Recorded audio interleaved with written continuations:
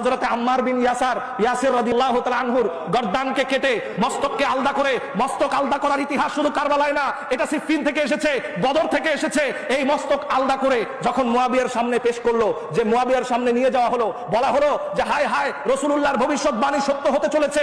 নবীজি ভবিষ্যৎবাণী করেছিল, ওয়াইহা আম্মার, আম্মার তোমার জন্য আফসোস হয়, একদল বাগী বিদ্রোহী জালেম তারা তোমাকে হত্যা করবে, তারা জাহান্নামের দিকে তোমাকে ডাকবে আর তুমি জান্নাতের দিকে ডাকবা।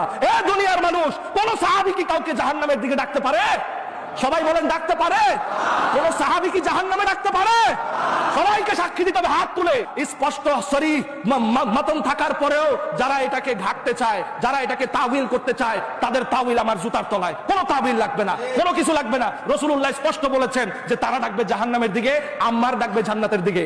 আম্মার শেষ পর্যন্ত যখন বৃদ্ধ বয়স, বর্ষা নাড়াচাড়া করে যখন সিফফিনে যায়, মুস্তাদরাক আলা সাহিহাইনে সহিহ সনদে হাদিস আছে, আম্মারকে জিজ্ঞেস করা হলো, আপনি বয়সের শেষের দিকে ভারে, আপনার হাত কাঁপতেছে, বল্লম ধরতে পারেন না, আপনি আজকে কার বিরুদ্ধে যুদ্ধে যাচ্ছেন? সেদিন বলেছিল কুফারের বিরুদ্ধে, হকের পক্ষে আমি যুদ্ধে যাচ্ছি। পড়েন না সুবহানাল্লাহ। হযরত আম্মার যেদিকে ঈমান সেদিকে, আম্মার যেদিকে আমরা সেদিকে। কি কথা ঠিক না ঠিক? আপনারা কি ইয়াজিদের পক্ষে না আবার হুসাইনের পক্ষে? আমার হোসাইন, আম্মার যেদিকে হোসাইনও সেদিকে ছিল, আম্মার যেদিকে হোসাইনের বাপও সেদিকে ছিল। পড়েন না সুবহানাল্লাহ। মাওলা আমার সেদিকে ছিল।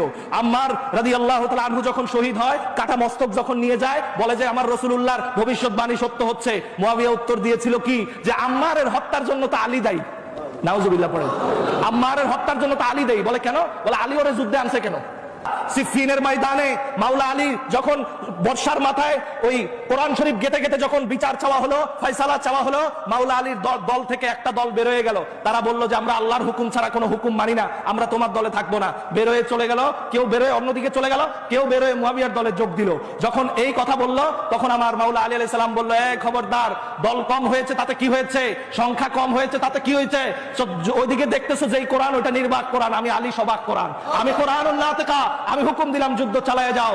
সেই দিনও মাওলা আলীর পক্ষে মুষ্টিময় যারা ছিলেন, ঈমান নিয়ে যারা ছিলেন, আমরা সেই ব্যক্তিত্ব, সেই সত্তাদের, সেই ঈমানের ফুয়ুজাত আমরা খাজা বাবা শম্ভুগঞ্জের মুরিদেরা চাই কি চাই না বলেন? আমরা মাওলার পক্ষে তখনও ছিলাম, এখনো আছি, কিয়ামত পর্যন্ত মাওলার পক্ষে থাকতে রাজি আছি না নাই?